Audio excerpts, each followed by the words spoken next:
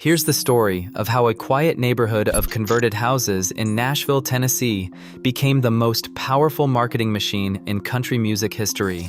In just 6 years, from 1989 to 1995, country music sales exploded from $460 million to $2 billion, and Music Row was the engine behind every single dollar.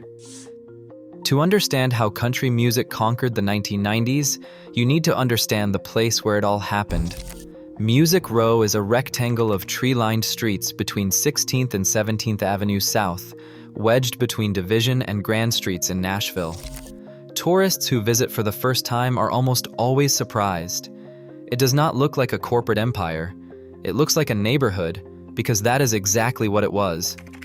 In 1954, Owen and Harold Bradley bought a house at 800 416th Avenue South and converted it into the first commercial recording studio on the block.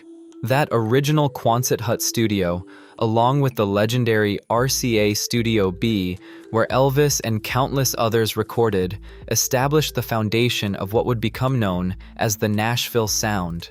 Within a decade, publishers, booking agencies, and record labels started filling the surrounding houses. By 1979, over 600 music businesses were crammed into those few blocks, and by 1967, the Country Music Association had planted its $750,000 headquarters right in the middle of it all.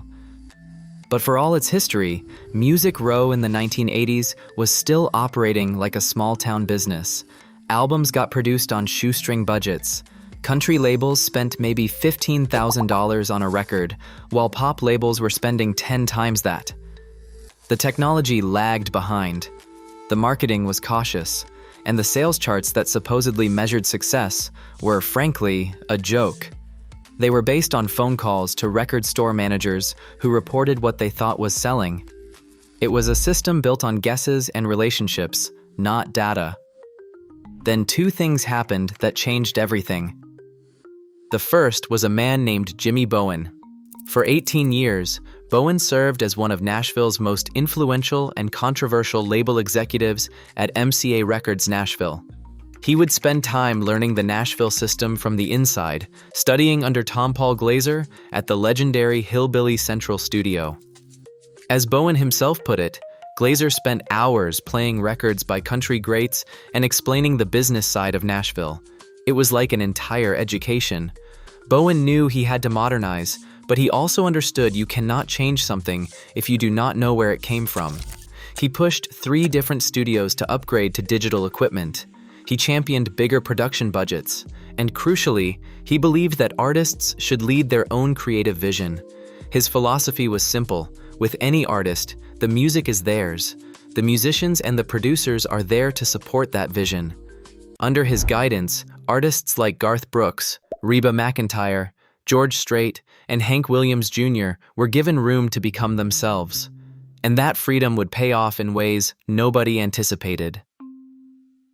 The second seismic shift arrived on May 25, 1991, when Billboard magazine started using SoundScan data to calculate album chart positions. SoundScan was the brainchild of Mike Fine and Mike Shalett, 2 industry veterans who realized something absurd about the music business. As Fine put it, the TV, movie, clothing, and grocery industries have taken this kind of information for granted for years.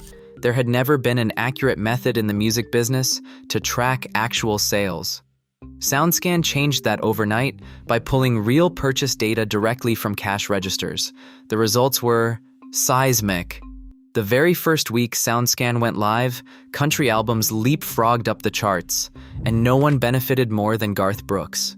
His album No Fences had already quietly sold 3 million copies, but under the old reporting system, it sat at number 26 on the Billboard 200. The moment SoundScan kicked in, it jumped to number 4. Suddenly, the entire industry could see what country fans had known all along.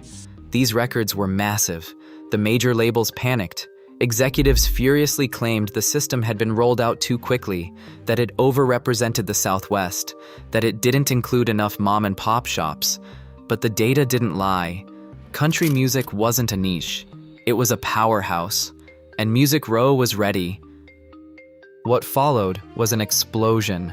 Randy Travis had paved the way in the mid-'80s, proving there was an audience hungry for traditional country sounds. Then, in 1989, a wave of young talent hit Nashville that would become known as the Class of '89. Garth Brooks and Clint Black, born within a week of each other in February 1962, released their debut albums in the same week. Alan Jackson and Travis Tritt arrived that same year. Together, this class would produce 44 platinum albums and 58 #1 singles. They brought a dynamic, energetic sound that felt fresh but still honored tradition, and the marketing infrastructure on Music Row amplified them into superstars. Garth Brooks became the proof of concept for what country music marketing could achieve. His touring operation was staggering, with total attendance of approximately 5.5 million on a single tour grossing over $105 million. In August of 1997, he played Central Park to 980,000 fans, the largest concert in the park's history. Today, he holds the record as the best-selling solo albums artist in American history, with 162 million domestic units sold, ahead of Elvis Presley, second only to the Beatles overall.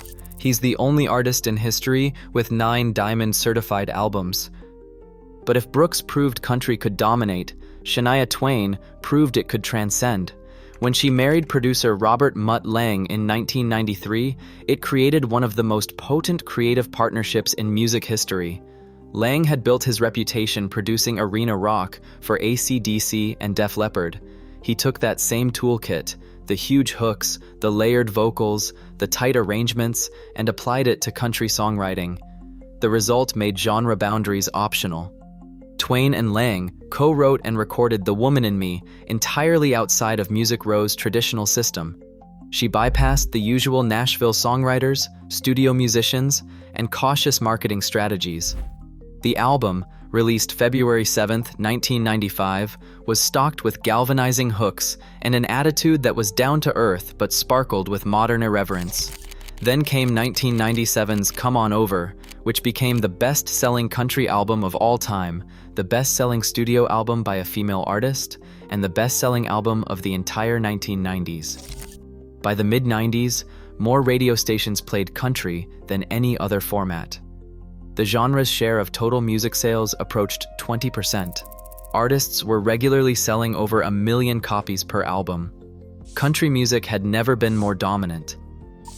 But dominance came with a cost. On February 8, 1996, President Clinton signed the Telecommunications Act, and it quietly reshaped country radio forever. Before the ACT, no company could own more than 40 radio stations. After it passed, Clear Channel, now iHeartMedia, ballooned from 40 stations to 1,240. Station ownership nationwide dropped from 5,100 owners to 3,800 within 5 years. Playlists tightened. Programming decisions moved from local DJs to corporate boardrooms. The very infrastructure that had amplified country's boom now began to homogenize it. The tension between commercial success and artistic tradition finally found its anthem on a night in 1999. George Strait and Alan Jackson walked onto the CMA Awards stage and performed a song called Murder on Music Row. Someone killed country music, Strait sang. Cut out its heart and soul. Jackson followed with the motive. The almighty dollar and the lust for worldwide fame slowly killed tradition, and for that, someone should hang.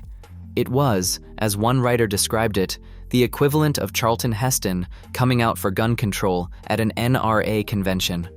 The song won CMA Vocal Event of the Year, and then, remarkably, CMA Song of the Year in 2001, a completely unlikely outcome for an unambiguous protest song. And that tension between the music and the machine, between tradition and innovation, between art and commerce, that's the real legacy of the 90s country marketing. Music Row built something extraordinary. It took a genre that was being underestimated and undercounted, gave it modern tools, modern budgets, and modern ambition, and turned it into the dominant force in American music.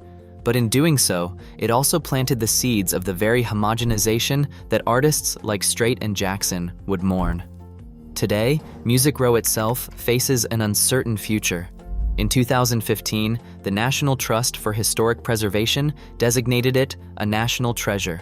4 years later, it was placed on the list of America's 11 most endangered historic places, as development threatens the very buildings where this revolution was born. The converted houses are disappearing, but the marketing playbook written inside them changed music forever.